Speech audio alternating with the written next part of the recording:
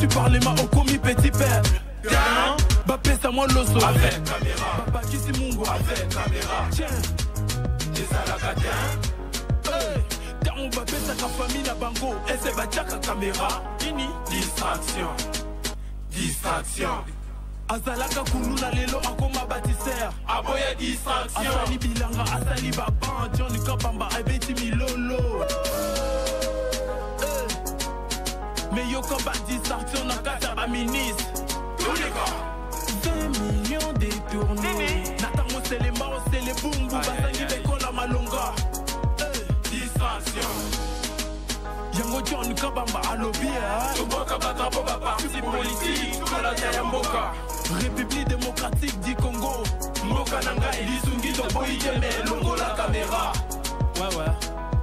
Opération Yangonde pour la Moussambo. La distraction Yangonde Boumi Mouka. Oliori Lubango. Pour les peuples, vrai pour les peuples. Très bien, Mokolo Lamo Nabino Balandia une très grande émission na dimension ya continent d'Asie, émission Nangai, émission Nayo, émission ya population congolaise en général. Je crois que émission Mokolo Lelo Turobeta Lisolo au Etali Penza état des sièges, fin de travaux de la table ronde, et ça vraiment Lisolo Turobeta Penza Mokolo Lelo. Corneille Nanga dit se sentir menacé. Voilà, je pense que non. Ezali vraiment Lisolo Turobeta Mokolo Yailelo. Problème PAC pour la élection. Balobi Olenankoi Akei Kokutana Nandeko Joseph Kabila Kabange. Pour quelle finalité? Ezali Solo Tozako Yoka. Est-ce que élection et causale, est-ce que dialogue, est-ce que problème il y a CIP, bandeko belé baleli ya kolela. Je crois que ça lisolo togobeta mokolo malelo. Je crois que lisolo ya koboto la bato ba mapangu eza koleka moi makasi bato baza kolela ndeko lela ba te belé baza en difficulté bazo baté banani ba kolobelela bango tromeka pe kobeta à quelque sorte importance il y a institution na biso parce que cette émission est une émission sociale on a Katia Plateau. Je pense que tozali na mona Congo Aristote Ngarimé na Katia Plateau ya émission Le Peuple Parle ya mokolo lelo tozali na mona Congo Meda Kakolongo na Katia Plateau ya émission Le Peuple Parle. Meda Kakolongo mbote na yo. Merci John Kabamba, Mbote, Mikolo Ebele. Nous voulons se présenter Moninga Nanga Aristote Ngarame na profiter pe na pesier Mbote, na pesi Mbote na bandeko nyonso bazaliko landa biso na pesi pe Mbote na bandeko bazolanda biso na Sangamamba. Nazalaki na Sangamamba na moni nzela wana bazo sala vini Kinshasa. Donc zelo basili sitanu te me mitukezo kangama moyen ezalité mais les combles ezaki nazalaki na maizelo la je te dis na ba fin fond wana y a pas l'eau, y a pas d'électricité, baza isolé. Je pense que ba open de balandaka vraiment le peuple parle sans pour autant n'est pas Kobosana bandeko balanda biso na Zando bazolanda biso na commune ya Kinshasa. Je crois aussi na pesi Mbote na général Blaise Kilimbalimba oya bandi mabe donc na boye na ye abandi ba biloko mabe je crois à mekako bombisi to koko en détail biloko mabe ça dit parce que là il a la vérité. Alors mais alors oyebike na tozali na problème moko ya commune ya Kinshasa ezana ba dongolomiso moko bayaki kala kotante pona kospolier lopango ezalaki na Luvungi croisement Kabambar. C'est là où bureau ya quartier Boyoma ezali parcelle wana ezali ko appartenir na l'état banda 1939 tolala kaka boyina tongo moko o mutu moko ya sombi lopango wana. Oh là là. Bon, nana somi azoyebana te. Mais tant qu'on a commis sur place la population, je crois que ceux qui veulent le Kolanda Batuba comme moi après population na ba batu ya quartier ba ibisingai général Blaise Kilimbalimba a signé Mukanda pour déguerpir bureau ya quartier en oubliant aussi que même dans le pango moko moko on a bureau ya PCR ezali police ya circulation routière avant comme station donc le vungi kabal to lo bimbo peut-être à hôtel Congo central abina makambwana te pour basimbisi et touche il est grand temps abimana na makambwana mais ndeko John Kabamba le comble l'année que na dima numéro 100 toujours na commune à Kinshasa le pango mususu ya l'état ezaliwana o na compte ya commune ministre provincial ya transport kombo na ye monsieur Mbokoso oh le pango komi ya mwasi na ngai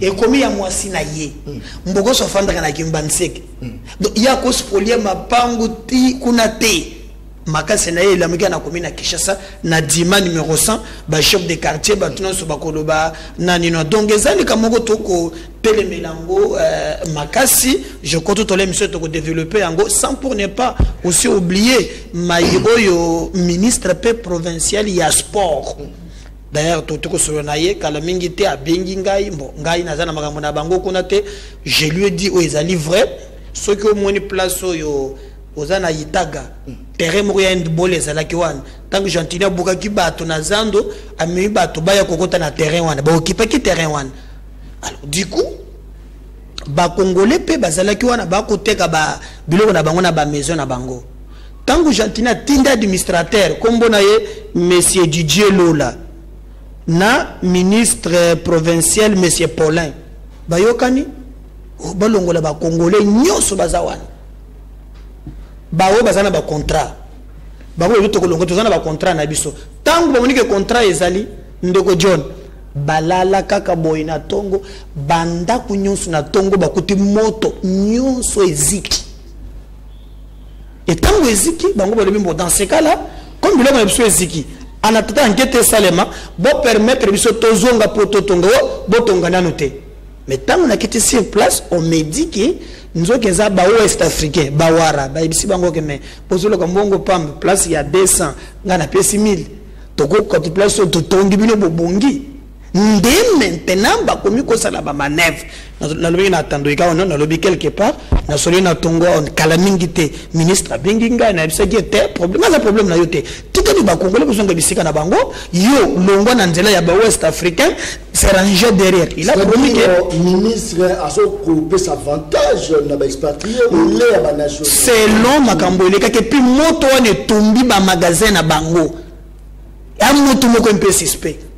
Et du coup maintenant bazo boya ke baye bazana ba contrat ba kotonga lisusuté. C'est ça oh il dit ça kinga que non, il faut maintenant baluka moyen ya babongisa batala, il ne dit pas clairement. Alors moi, biloko a bongo, et qu'on est caté. Très bien. Tous un Aristote l'a rimé, la Katia Plateau, l'émission Le Peuple Parle, Aristote Mbotena. Mbote ndeko John Kabamba.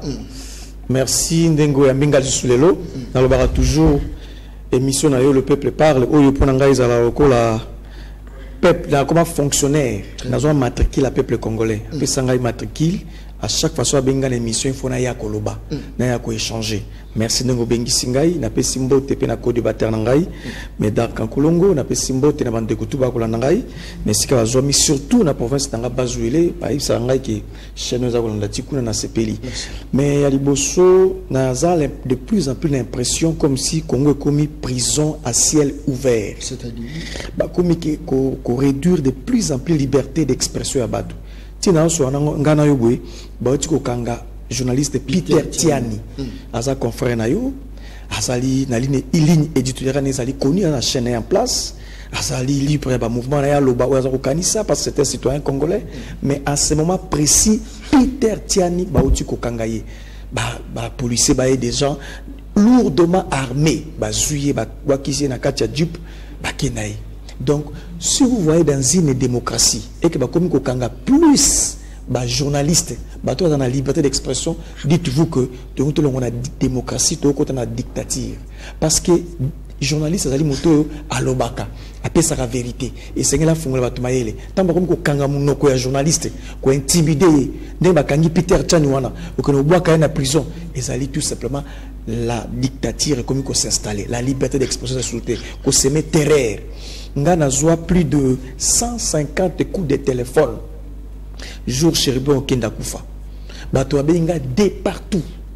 babenga na libanda mboka ndeko Aristote livre de promesses on babenga awa partout au moins makambe comme les chérubins zala ekenge keba yo le baka mingi na télé plus de 150 appels nabi je ne suis pas frère à chérubin nan de connait mais c'est un citoyen pourquoi vous voulez me lier na chérubin donc c'est un climat de terreur balimba semi ko bangi sabato soko meki aneraye soko meki ba ko kanga journaliste Peter Tchani le lo ba ko kanga donc ce qui revient à dire la démocratie climat la liberté d'expression IDPS atang sarabiso anako lo bango ya baneko sala yango na tangu ya bango melelo zate mutalba ki malamu koleka Jean-Marc Kabunda azate Jean-Marc Kabunda lobi que l'actuel président de la République a traité même Mobutu de fou a benga Mobutu fou président actuel il y a abenga Mobutu Joseph Kabila kabanga bi moto akepa Kabila ezaka moto ko longola pantalon na liboso ya Kabila mais Jérémy Bakangaye président actuel aloba ki bakabwa minéré ezala la famille Kabila okomona passeport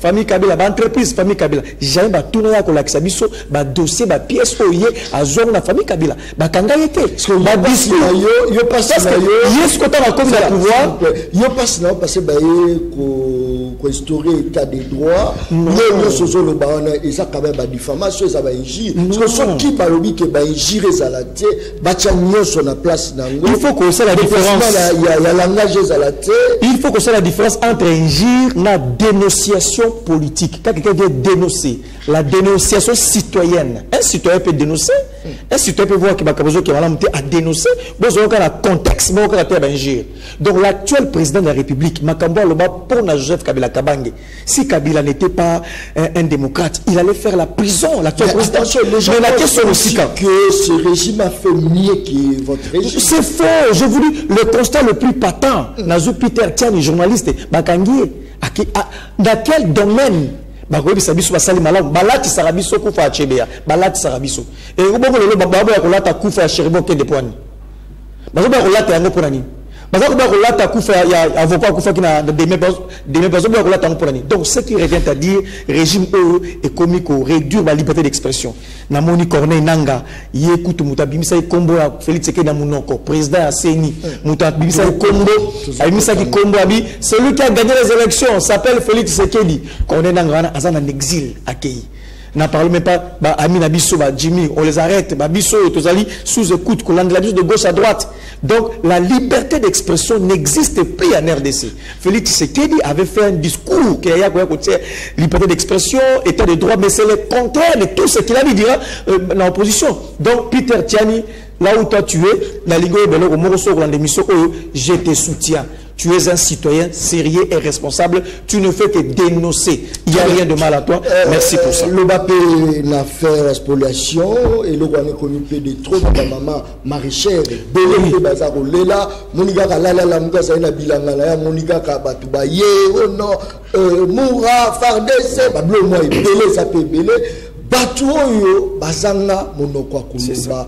Bakosuka wapi face ya bato bazo zo pouvoir mais baza ko meka ko matraquer même ba bien privé ya bato dans une démocratie moto ali faible moto azali pauvre soko azuli kambu a okeneka pas la justice pour la réhabiliter parce que le pauvre n'a pas de moyens il faut la justice et réhabiliter et on la justice élève une nation justice oza mutambongo za bozui justice avec taxer aux ali coupable soit tu ne l'es pas mais la justice na biso to na ngolelo ba mama wana bala ko représenter le côté parce que ndeko Félix c'est que dié moko lobby azako se plaindre par rapport à la justice abazo se pela tamu mon côté na ndenge justice azoza ko tambola mutabimisa ndeko Félix Tshisekedi ce qui disait le premier citoyen de la République à lobby à se faire la justice justice Zaramabe Makamabe zana 4 azako bossa na keye azana pouvoir à ko nommer magistrat peut ko révoquer magistrat azako bossa nango mabi na se faire la justice ote ba sala musama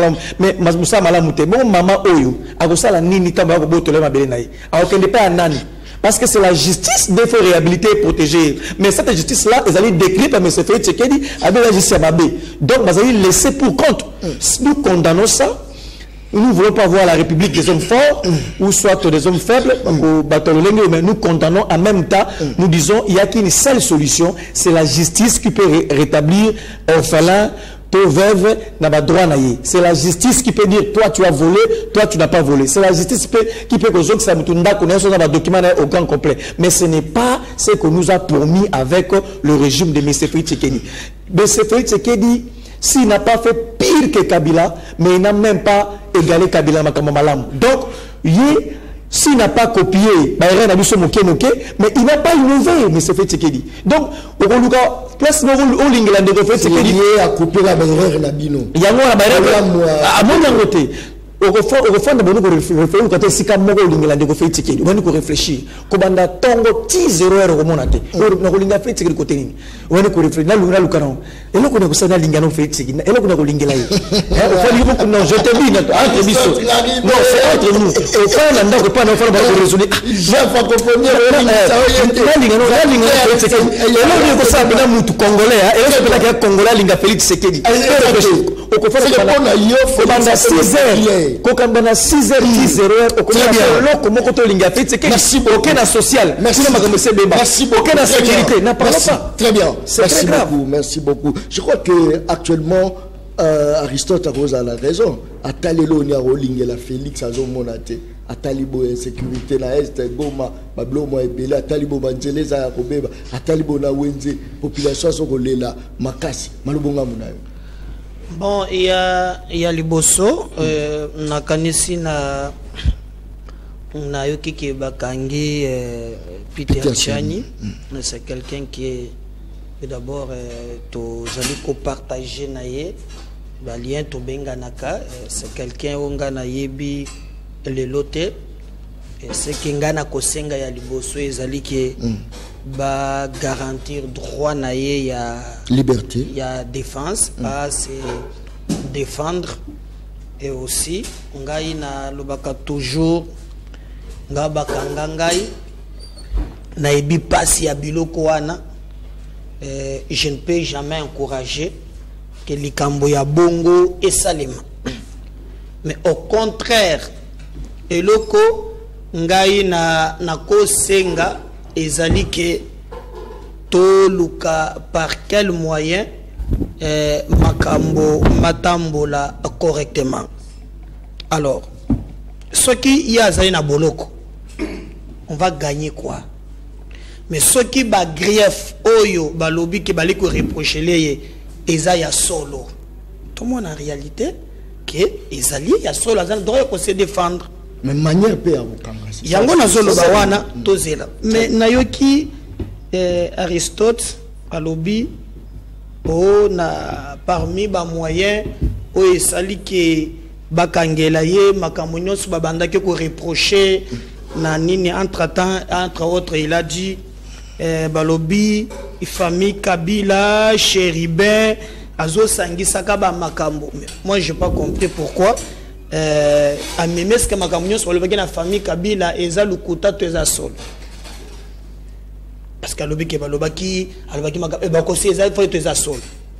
To ebiki eza normal te po na ngambo mususu to monaki comment na Matadi toza na port oyo ce qui qui existe jusqu'aujourd'hui makambo lobi ya Nanga. Comment yo cause un compatriote au soutenir mon azali kolobe la thèse oyo ya ba rwandais?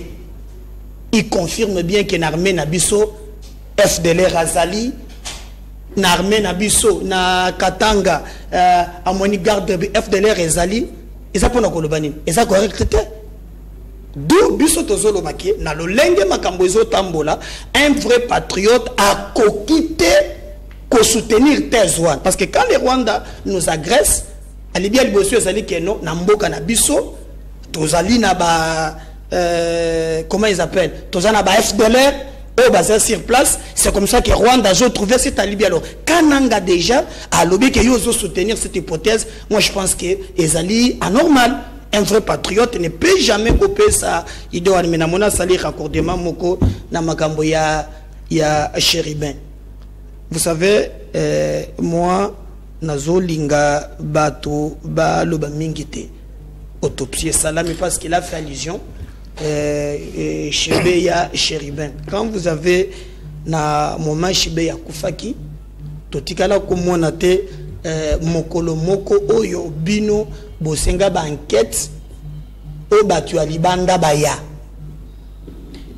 mais autopsie et salamito zela autopsie parce que famille na ye ezalaki il y a eu des enquêteurs experts belges bazalaki wana ba sud-africain bazali tozela famille ne pe ezalaki wana que le résultat c'est que vous n'avez pas fait avec Chebeya. Donc koluka raccordement ezali anormal.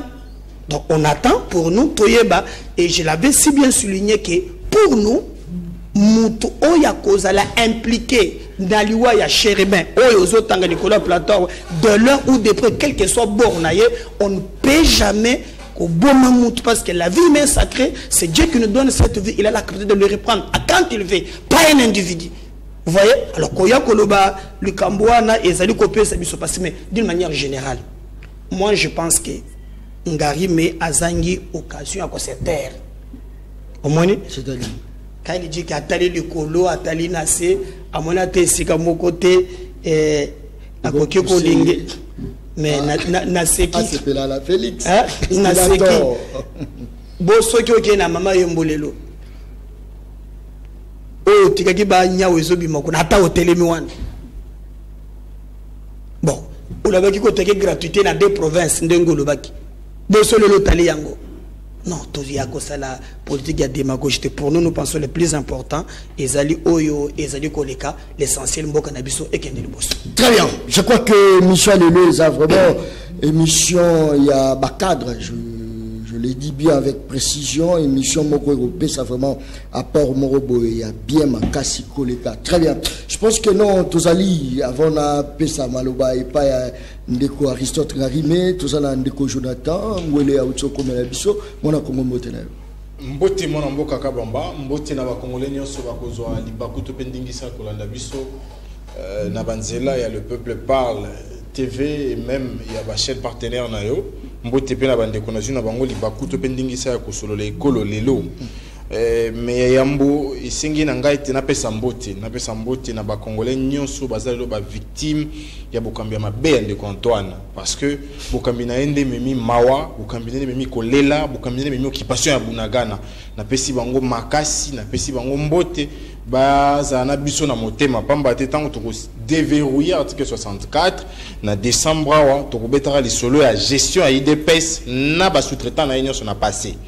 Donc déjà, après le 24 décembre, on ne parlera plus de ces gens. Et même pas de ce qui en resterait de comme poudre. Mais il n'y a pas si de Konanga Isa. C'est là, non, c'est que yo mona ya malamu te. Yo zaka ya mabe. Toi, on a plateau à TV. Ce qui est malamu, ils ont payé à l'action mabe na kata malamu yo mona malamu. Et ça, mon tout là. Te, yon on habite, yo payé à malamu yo yebi. On a payé à mabe na kata malamu. Ça dit pour yo Félix ça. Na complété. Babeti so maman yemo wat. Hôpital général de référence à Kinshasa. Hôpital général de référence, il y a Mobaï Mbong, na Nord Ubangi, na Maï na Minito. Ils ont ça Maï na Minito. C'est-à-dire qu'ils ont oublié ça Maï. Et d'unité.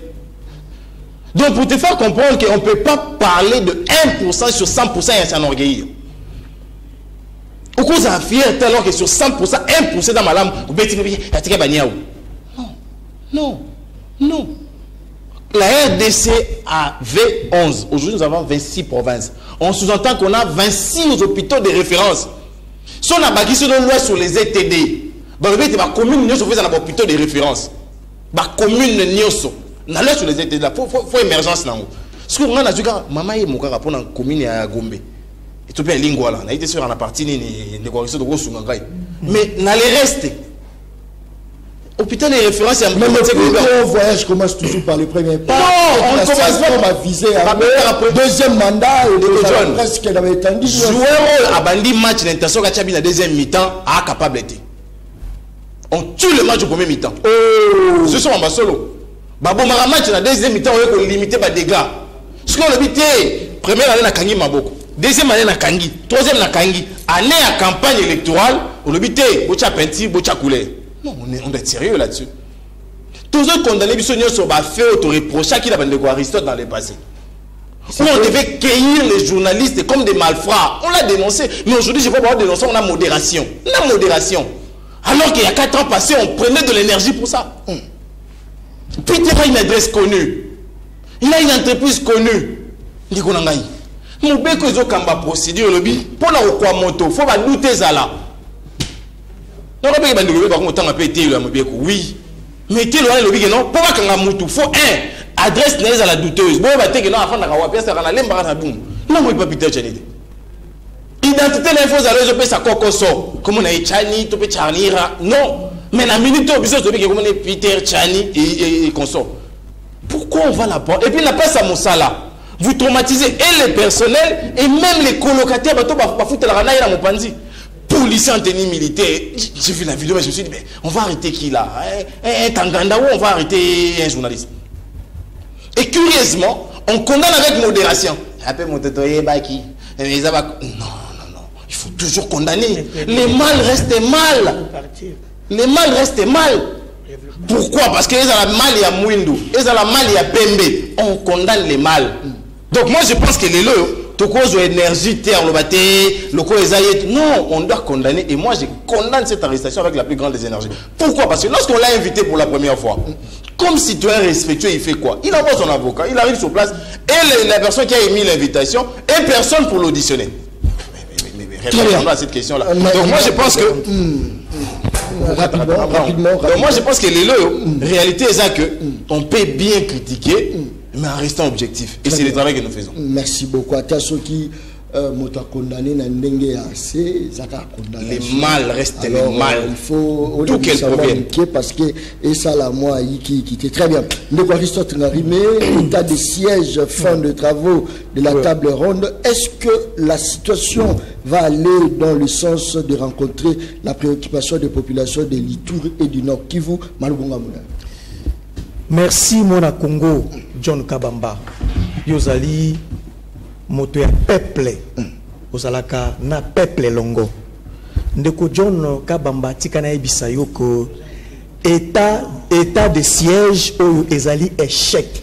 Batu bakufi ebele pendant l'état de siège kolekata avant état de siège.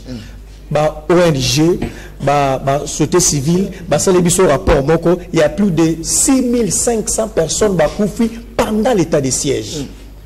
Ba tie ba barrière nanzela, ma gibunya plus de 60 barrières. On a enlevé plus de 3000 personnes. L'état de siège ezali échec. Ezali kadangaite, même commission défense et sécurité. Il y a Assemblée nationale Berthe Mobozi, asalaki a auditionné qui la ministre Nyos ezali impliqué dans ma état de siège, bazaki 5, balobité état de siège ezali impréparé, il y avait de l'impréparation. Or, ndeko fait c'est qu'il a se rendre compte que état de siège échoué nango.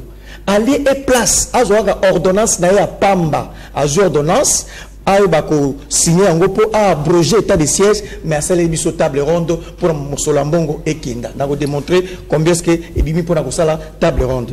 Aller et place monsieur Félix Sekedi alors je comprends que l'état de siège et puis si ba résultat autolinga quitté yango na eu ordonnance à salingote mais à Keina ko sala table ronde ndeko John na lingi bandeko balandanga malamu makambo obiso toyebi makambo ya table ronde. OK.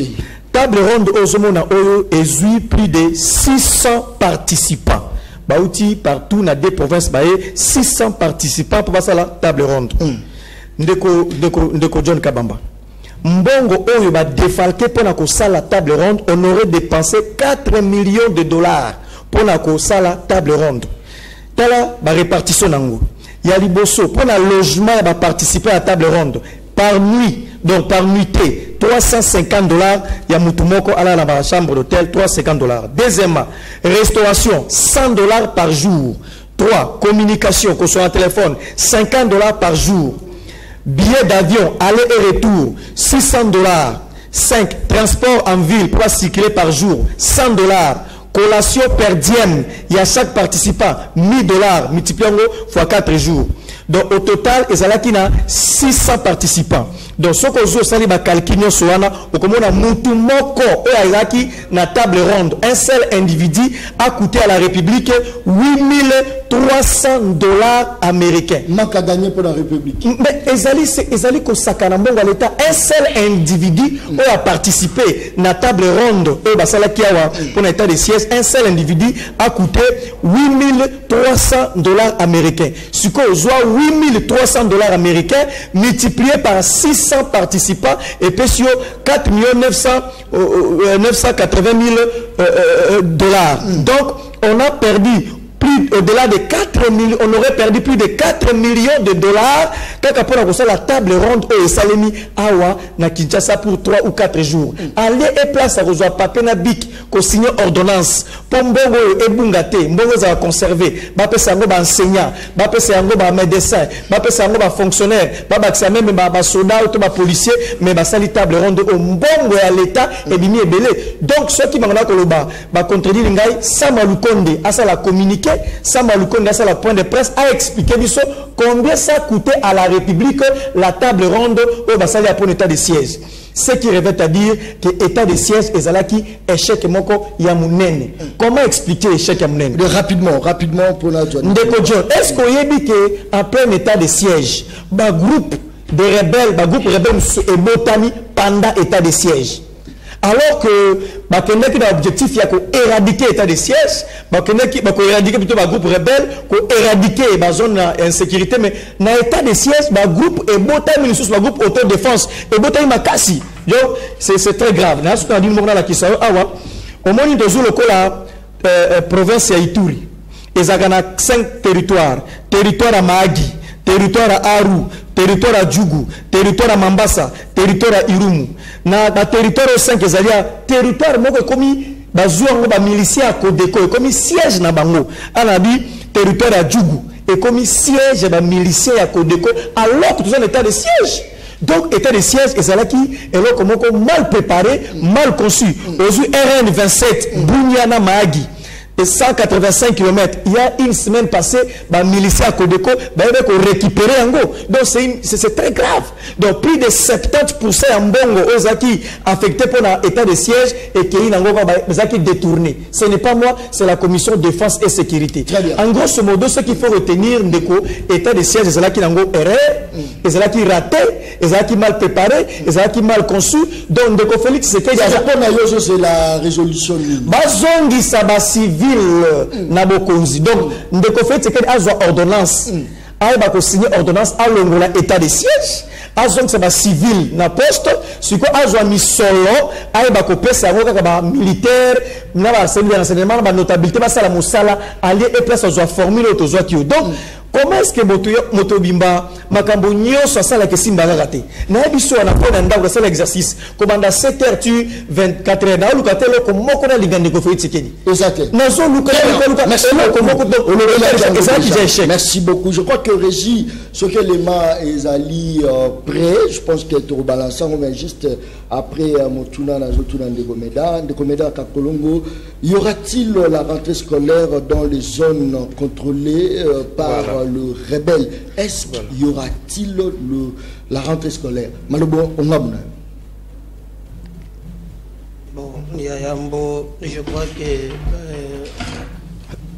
Zaliko Zakisa mécontentement nangai en direct. Je crois que cause la lorsque Ozo Benga Bisso des fois vous nous annoncez qu'en y va émission ne fût-ce que pour la considération il faut non il est de Konangai parce que d'ailleurs tu modifié dans la dernière minute papier Moussa Zala Lubumbashi je crois mais il faut quand même non il faut toujours biso parce que au monu aussi on discutait avec Aristote, on a tellement fait beaucoup d'émissions qu'on n'a pas nécessairement besoin de Toyaka. Non, quand vous nous invitez, il faut que vous soyez non,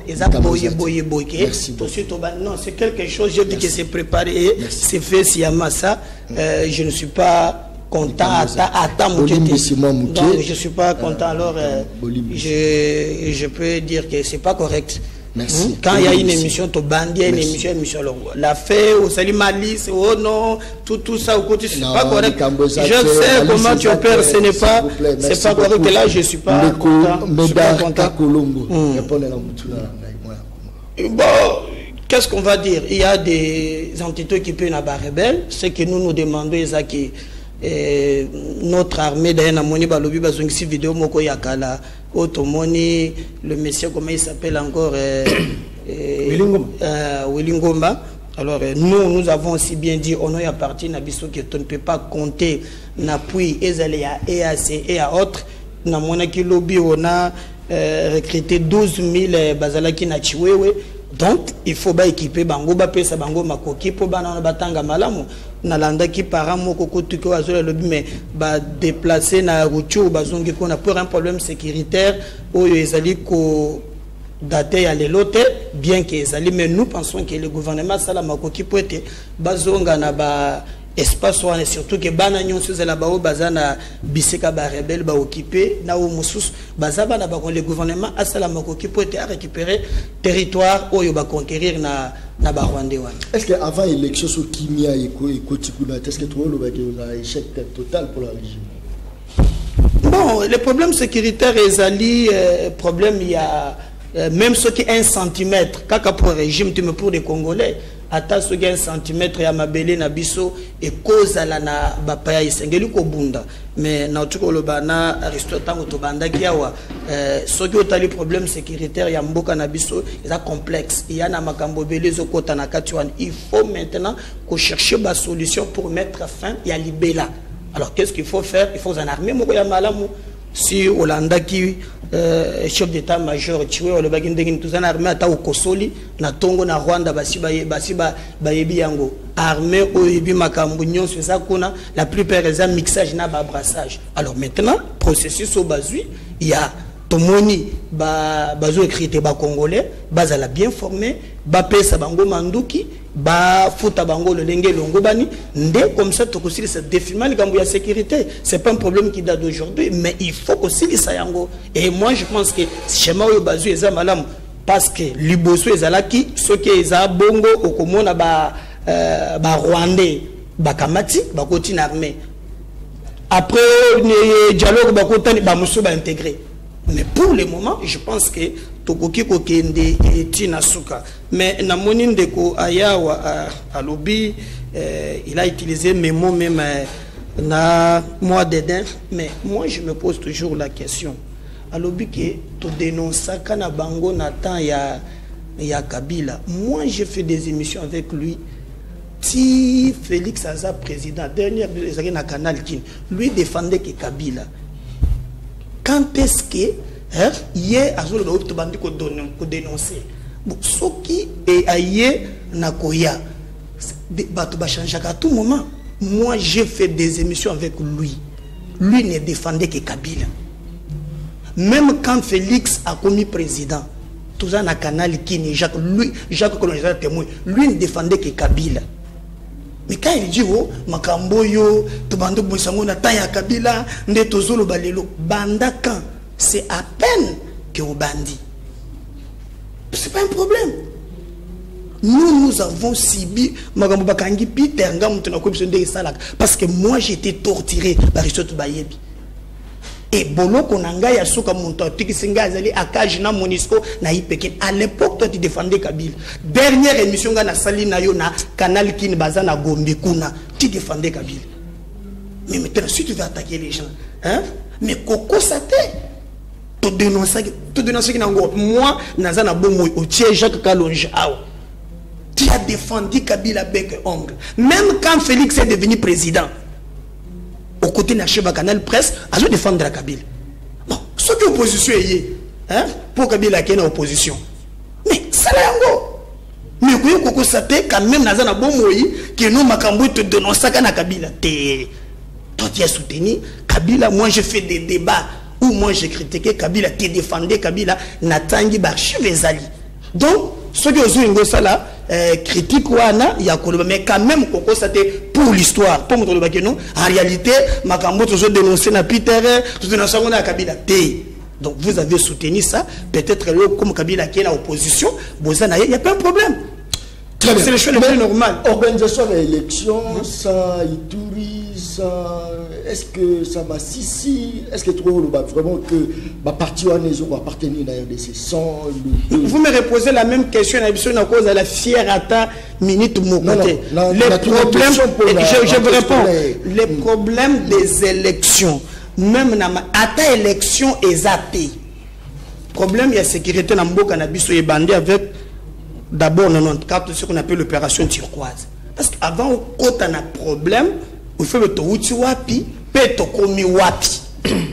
Est yambo cannabis et zalaka toujours instable.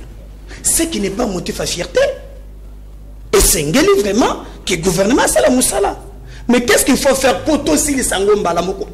Il faut que ton armée à Makasi. Ils ont salé matoté, ils ont salé. Ils ont salé, tu as recruter. B. Pourquoi Bazo ya parce que tu as infiltré? Qu'est-ce qu'il faut faire pour une infiltration? Comme infiltration est salamak? Soki, Batouana, Bazu, Menduki, Baye, pour Babunda, à la fin, Basengi dialogue, Bosali Bango, intégrer Bango. Cette fois-ci, Bomatu Bokiti intégration à Barebel et Zate. 3. Il faut qu'on pèse armée moyen. Qu'est-ce qu'on a fait? On a pris les 10% du budget de PC en armée. 4. Il faut des réformes. Qu'est-ce qu'on a fait? Ton même réforme, leur programmation militaire. 5, il faut qu'on ait maintenant conditions, soldats, je crois que n'a que la fierté, mais n'a montré et bandi ko salem. Oui, mais en réalité, et aussi tous avec un problème. Il faut surtout le plan diplomatique, Kolongola, bas sanctions, oyo. Mboka na biso ezalaki na yango pour le boso pour somba munduki il faut États-Unis yeba il faut boyasa nyoso la tolongoli yango maintenant bitumba baganya kangu na mokolo mokote ezali ko bongama pour le reste na kolinga même ata élection ezate centimètre mokote mboka na ngai ekoza na maboko ya ba Rwanda te. Merci beaucoup mon Congo Meda Kakolongo. Voilà, Maître Jonathan, rapidement, Malubonga Munayo, est-ce que tu as un souci à Osala mieux dans le régime Ezali, va décréter état de siège avec objectivité, bien que moi, Ezali, ici, industrie, il y a Kosala, Bateni, tout le monde est recrutement, tout le monde est belé, mais toujours au monde a toujours atteindre l'objectif, il y a Kimi Saba rebelle, toujours au monde a toujours atteindre l'objectif, il y a quoi attaquer. Qu'est-ce qu'il faut faire pour bâtir ça là-bas, en fait que tu atteindre l'objectif là, en court terme ou délai. Voilà, merci mon Mboka Kabamba. Et le connu tout ça là. J'étais surpris lobby na yo kaba do singa na Sadek, tout ça là j'ai à Sadek. C'est parmi les demandes formulaires. Mais Awa, j'aimerais vraiment que les gens s'assument.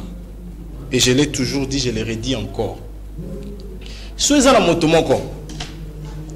À cause de la image nanga. Ndenge, on va rappeler pasteur. Ndenge pasteur à lobby. Il y a quelqu'un d'autre défendre ndenge à lobby wana. S'il vous plaît monsieur, on ne dérange pas à la télé. À la télé on ne dérange pas. Ce que la image wana de na osungaye na osungi makasi asalo ba blo mo ado ego tele mauzute so image wana ezali ba ina na TV et je vous annonce que je prendrai comme décision ce jour-là ce que ezali je suis étonné d'apprendre quelqu'un qui s'est fait passer pour pasteur et qui ment à la télé na banda ko répondre na ba ignorance na ye. Il y a les bossons à loi de reprogrammation. Monsieur n'a jamais dit une loi de reprogrammation. C'est la loi de programmation. Qui a dit qu'il y a des reprogrammations? Il y a les images, tu vas suivre la rediffusion. Ne me dérange pas s'il te plaît. Je t'ai pas dérangé. Non, mais il ne faut pas. Je t'ai pas dérangé. Mais non, mais il ne faut pas dire ce que je n'ai pas dit. Je t'ai pas dérangé. Non, mais moi, non, tu déformes mes propos. Écoute-moi. Je ne peux pas te laisser. Non, mais tu ne peux pas te moquer de moi. C'est mon temps d'antenne. Ah, mais tu ne peux pas te moquer de moi. Non, mais ne dis pas ce que je n'ai pas dit. Jonathan, aux gens s'il te plaît. Jonathan, les pasteurs ont respecté les Non, non, mais il ne faut pas me pointer les doigts, monsieur. Jonathan, voilà. Donc moi je note déjà qu'il y a la loi des programmations.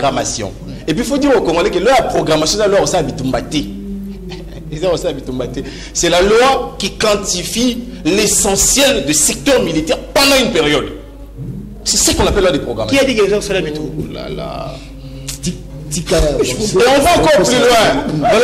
Donc voilà, une armée forte égale recrutement. Ça c'est encore une autre hérésie qu'il ne faut pas faire passer à la conscience collective. Une armée forte à trois critères. Il y a l'Ibosso, c'est les casernements où les hommes aux troupes dorment. Il y a l'Ibalé, c'est l'équipement, ce qu'ils utilisent pour combattre. 3, c'est la formation. Ce sont là les 3 critères. Oh, Banda Napoléon. Oh là là. Mais qu'est-ce que j'ai dit là? Depuis Napoléon, Napoléon, pour penser avoir une armée forte, il faut passer par ces 3 critères-là. Ça joue tant sur le rendement que sur l'efficacité.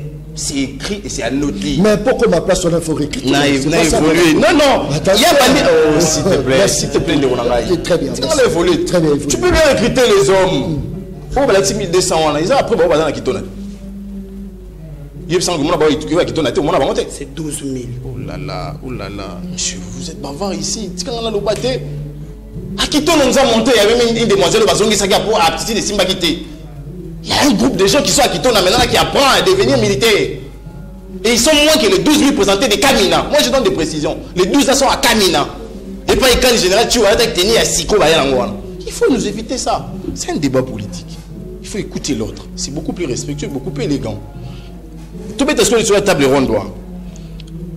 On va ici batouter. C'est que c'est pour la 3e fois. Il y a l'Ibosso, Ndeko Antoine Yemou a Goma. Président de la République. Ça, c'est un Jason. Vous allez vous rappeler, Jason le ministère flash à Bindeko. C'est un moment où on calme. Talara flash out. Et permettre aux autres décisions pour nous battre la biso. Il y a mis balais en 2022, c'est ça Malokonde qui l'a fait. Il y a mis Batunion, son monde sur les cahiers naïs. Alors, bien, la juge, on a conseil des ministres pour analyser. Il y a mis ça dans des Oyo. Pour plus de 3 évaluations, devons-nous conclure à quoi? Est-ce que ça a une réussite ou un échec? Non, quelqu'un a la réaction va participer à la salle. Et tu as des sièges. En commençant même par les retraits à président de la commission et abolition dans la Tigari salle. C'est déjà un souci. L'état de siège nous amène des territoires occupés. Nous avons notre Bounagan avant l'état de siège. À Yuri, on a déjà tué 200 personnes la même nuit avant l'état de siège. Jamais. Maintenant, plus de 200 personnes perdent la vie. Tout le monde est état de siège de ministres perd. Il y a des ressources d'abissou. C'est-à-dire c'est-à-dire ils ont idée mono fondée. C'est là on a évolué. Très bien. Aristote l'a dit. C'est une décision sans préparation et planification. Imaginez que pendant 2 ans, on nous dit, oh, tu as gagné. Ils ont que la recette est matine à l'état de siège. Ils oublient que la recette a l'affectation, on les a contrôlés pendant l'état de siège. Parce que les associations provinciales ne fonctionnent pas. Parce que au niveau de la province, on a contrôlé l'Assemblée provinciale. Il y a aussi la cour de compte à contrôler le gouvernement militaire. Donc les gens ont perdu de vue, mais les gens ont gagné de l'argent. Est-ce qu'on peut être sérieux à ce niveau-là? Donc moi je pense que les réalité est ça. État de siège et même biso mawa. Pourquoi? Parce qu'avant l'état de siège, Ate Abunagan a nommé une ordonnance à Congo. Mais pendant l'état de siège, Ate Abunagan a l'élo mutanoma et bien été. Et tout le monde même gardé la nationalité congolaise. Pourquoi? Parce que l'état de siège est là.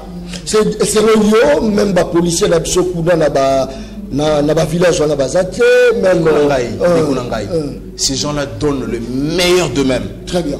Jusqu'à opérationnaliser les sacrifices suprêmes à la nation.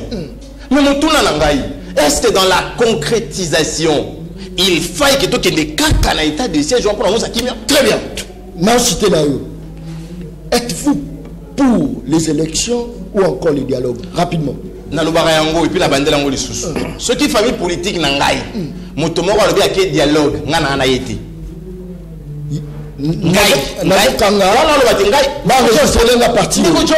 J'ai fait une politique de conviction et non de vente. Je l'ai dit à la télé. S'il y aura des gens dans ma famille politique qui seront demandeurs de dialogue, je ne serai pas avec eux. Très bien. Merci beaucoup. Mais les élections, nous en voulons, et des bonnes élections. Avec glissement pour la préparation affichée. Très bien. Merci beaucoup. Élections. Merci. Et les bonnes élections. Merci beaucoup. Très bien. Aristote Ngarime Maloba Ongambo Nayo. Lelo Tomoni Ndekona Biso Olenankoi Soso Toyoki bato baza kolobake non akendaki koluka ndeko Joseph Kabila il faut bomeka non koexplike biso bino boyikote baélection na nzela ya koboya bato bakende kosi faire enrouler to be to plan caché na bino eza nini dialogue olenga nkoi to eza nini malubonga mna. Merci ndeko journaliste. Bato maele bakanisaka que dialogue na sens nango structure à terme ezali avantage pour la démocratie. Hein? Kosola Habermas abi dialogue sur bato sololi bakutani ba planir ba divergence à travers ma solo ezali ko faire vivre la démocratie. La démocratie vit par le dialogue. Mais le dialogue ne veut pas dire tout simplement partage ma poste. Dialogue, non, yoka, écoutez, non. Depuis qu'elle a toujours, qu'il faut pas longola bateau, bazan na seni, bazan bateau, biso tindité, longola didi manara. Comment cela va se faire? C'est dans un cadre d'échange au Tokosala, Tokosola, autour, il y a, pour il y a malam. Donc, on a Congo, la conception, je comprends, c'est avec raison. Quand on parle des mots dialogue, on dit déjà primature, on dit déjà ministère. Non, nous, on n'est pas là. On n'est pas dans cette optique-là. Mais cependant, si le dialogue, d'accord, d'accord, dans ma point de vue, mais d'accord, mettre pas d'accord, c'est-à-dire qu'on dialogue, on parle. C'est ça, en fait, la démocratie. Mais tout le monde a atteint dans sens c'est la partage du pouvoir. Biso position, na biso ali clair et connu. Nazali porte-parole, il y a peu perdre la bouche autorisée. Je me permets encore avec force, énergie, n'a rappelé pour ceux qui ont perdre. Tout ça, on a posé à CENI consensuel. Balongola biso Didier Manara, balongola Agé Matembo, John Tokole, batia tous allez conformément à la loi organique. Attention, sur 2 ans, 3 ans. Ça pourquoi batin belé bongo? Pourquoi 2-3 ans? C'est la loi organique. Tout ça qui est mandé, toujours si pieds bangoté. Nous cherchons l'application d'une loi. C'est la loi organique, autant organisation de fonctionnement à CENI, dans l'article 10, 15, et puis si on dit ça, il y a qu'au délégué Batukuna pour tous les élections. Donc on n'est pas concerné dans le format, il y a un dialogue à partage des pouvoirs. Nous ne sommes pas là-bas. Nous ne sommes pas demandeurs. Nous ne demandons absolument rien. Salami qui est bon, ce qui Félix Sekedi a continué à violer la loi délibérément pour l'élection Yamabe, biso réaction à biso comme un parti démocrate, dans un cadre constitutionnel. Donc, faire activer l'article 64 et tous les autres moyens et constitution pour ça biso pour faire attendre voir un contexte démocratique. Mais n'est-ce pas comme vous autres bande de comédiens parce que il y a peu parti à déposer la liste à foutre mon bébé vous déposer la liste des candidats tout ça mais n'est-ce pas comme vous autres de comédiens au moins l'élection là vous souka siko kalamingi te vous ako souka. C'est-à-dire que rapport au temps de la CENI, makambo automoni, au logistique, au makambo de déploiement, tout ça, ces gens ici n'ont rien prévu pour organiser l'élection au vrai sens du terme. Donc, bango de cause là, plus tout le monde, tolingi dialogue, boya kasi dialogue, bazan bloqué, totalement bloqué. Bloqué pendant que Denis Kadima a confirmé toujours. Mais Denis Kadima il joue un rôle, c'est quoi théâtre. Ma personne rôle jouer la scène. C'est ce que Denis Kadima est en train de faire. Alors ça a convenablement. Pour la question de dialogue, na lingi la tuba longola la mutu na biso nyesto longola peut perdre à Joseph Kabila Kabange, tous allez commander la dialogue té. Tous allez que senga dialogue té, tous allez que luka dialogue té pour la biso. Ce que c'est que sur la moquée pour que makambo a senga ba longola bateau batia ki bango en violation de la loi, ça on peut le voir comment enlever ces messieurs à comme le biso, toujours la biso délégué to tindi, basali commission mixte, basali par exemple to tindi ba prévu la biso. En ce moment-là, on peut aller parce que les lois ce n'est plus un secret. Très bien. Ce que tu sais, il y a une élection transparente dans Mboka Oyo. Aucun Congolais sérieux, je parle de Congolais sérieux, très bien, ne peut aller voter Félix Tshisekedi. Merci beaucoup. Une maman sérieuse a tellement que nous voter Félix Tshisekedi. Parce que si le plan social, économique, sécuritaire a échoué dans ma Cambognoso, la zone où il y a le Comore, c'est pour l'année, la zone monaté. Et c'est même le peuple congolais. Donc, dialogue est à l'ibissoté. Merci beaucoup. Médaka Kolongo, est-ce que beaucoup peut se servir tout Seigneur a se servir que tout le pèse ou encore union sacrée l'expérience il y a pas perdre quand nous au casa ko nous babo l'expérience la bango baza ko mona balobi de commis bloqué c'est-à-dire il faut pas recourir et pas na bango est-ce que de l'autre côté personnellement que le PPRD a un exemple de modèle à suivre pour la élection malamu na kati ya mboka la biso. Alors je crois que bato balandi biso malgré Nino Bobeti moni simbité comment okoki au lobby ou même à basoda quelque part ceux qui nous recruté bangoté. Moi je parlais de la formation, je l'ai si bien dit. Mais quand il est revenu, ailleurs sur le lobby, m'en voulant montrer. Vous savez, j'ai toujours dit au Congo, les gens de l'intellectuel. Moi, j'ai une définition, ce qu'on a montré intellectuel. Ce n'est pas celui qui vient dire par le bateau, c'est la Kaboy. Non, les alliés bateaux trouvent une solution à un problème sociétal. C'est ça, définition claire. Il y a un intellectuel. Je ne peux pas faire ces débats-là. Il y a juridisme sur le plateau. On est dans un débat politique. Il y a mis ça. J'ai même ma main à couper. Nanjemi qui est dans mon kilo, bateau bazali. Ndekoyo nazocha Jacques Kalonji témoin PPRD azana opposition moi je peux être on ne pointe pas de doigts au plateau moi tu peux me rappeler je sais la bien mon téléphone moi je peux être ton ami mais je dis j'ai dit c'est Oyo azana opposition pour Kabila azana PPRD j'ai fait l'émission avec lui azana mutu ya Kabila moi medana koko sate très bien. C'est quelqu'un qui a perdu à ma opposition pour la Kabila. Oh là là. D'abord les arguments. Comprendre qu'il ne fait que rebondir dans le banangai. C'est un argument. Nathalie, tu as même des alarmes. Boye. Tant que je suis parole, Zongeli Yangai. Qui a des arguments? C'est moi. Au contraire, il y a des années. Alors,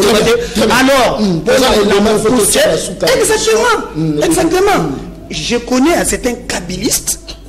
Je fais des émissions comme grand kabiliste.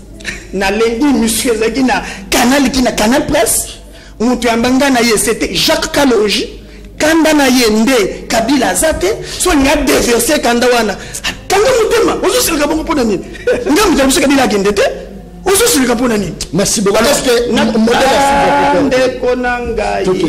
Il a dit à Ouana. Mais Kabila pas ça me bête. Ceux qui me donnent exactement. À moi qu'est-ce la bombe. Mais Kabila n'est pas Aristote. C'est un homme bien démocrate.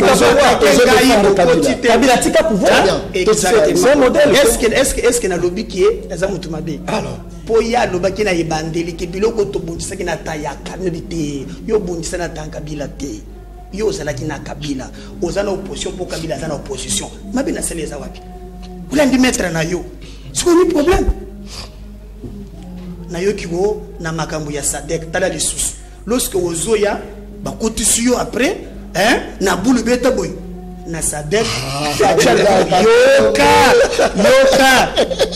makambu ya Sadek monsieur Ngoyo balobi corridor ya lobito ayoka kangoli société. Quelle est l'importance? Je m'adresse aux Congolais. Minerai na biso ba matière monsieur Ngowan tango tolongola kango po ekende 40% et na transport. Alors na moma ya Sadek corridor ba fongola ya lobito et permettre à biso que coût il y a transport équitable. Mbala musu place to banda ki ko futa 1000 pour le transport to ko futa 300. What is that pour mina Sadek? C'est pas sur ces plateaux qu'on vient raconter des choses baluma kambuya miss. Non. Il y a aussi baluma kambuya ko tozala ensemble na interconnexion bazoloba que ba pays nyonso ya Sadek basal. Et c'est pas résolution. C'est pas sur ces plateaux qu'on apprend. Moi je suis désolé. Si c'est ça le débat que vous nous amenez, oh, baluma kambuya ça kambuya miss. Mais mon Dieu, na planète ni.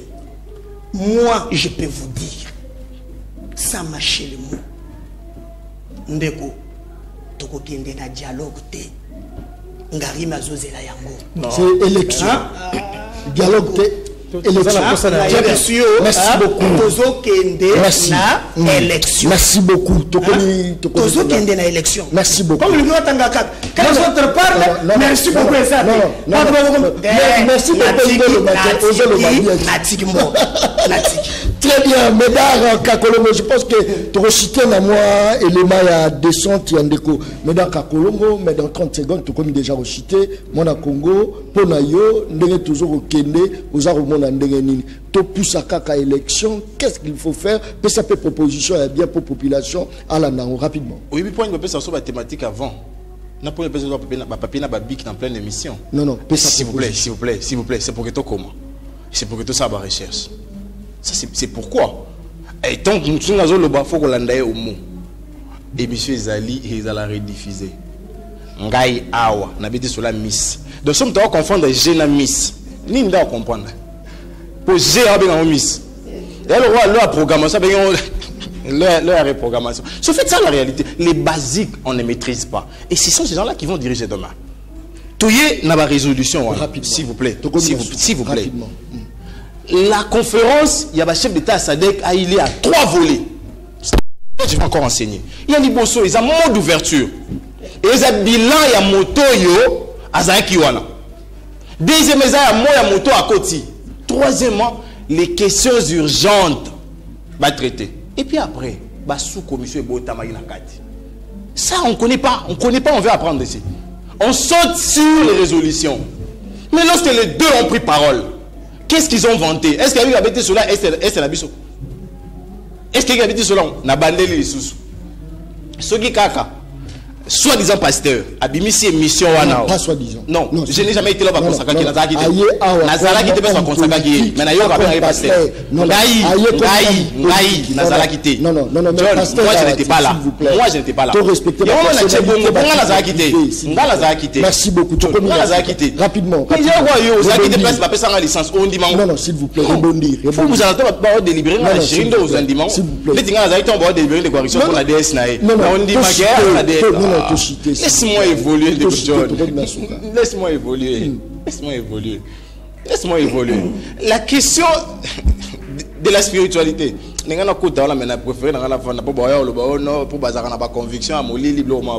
je pense qu'en réalité, on sait lire les vrais. Merci. Très bien. Merci. De toute ma vie. Merci beaucoup. Toute ma vie. Merci beaucoup. Très bien. J'ai jamais été du PPRD. Merci.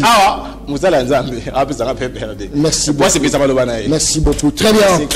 Quand on est dans le émission de baleine, je crois que toujours cité dans l'élément. Toujours cité dans l'élément. Même hier, on a PC dernier moté. Donc toujours cité dans l'élément. Non, s'il vous plaît. C'est comme il peut dire la souka. Pardon. Merci. Tokomi la souka. Très bien. Merci beaucoup. Très bien. Merci. Très bien.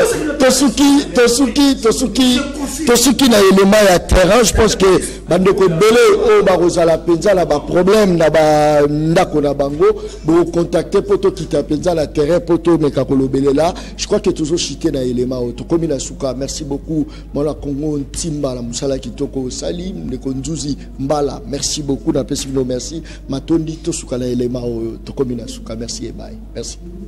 Wende ya somba zikida ezali ya l'état.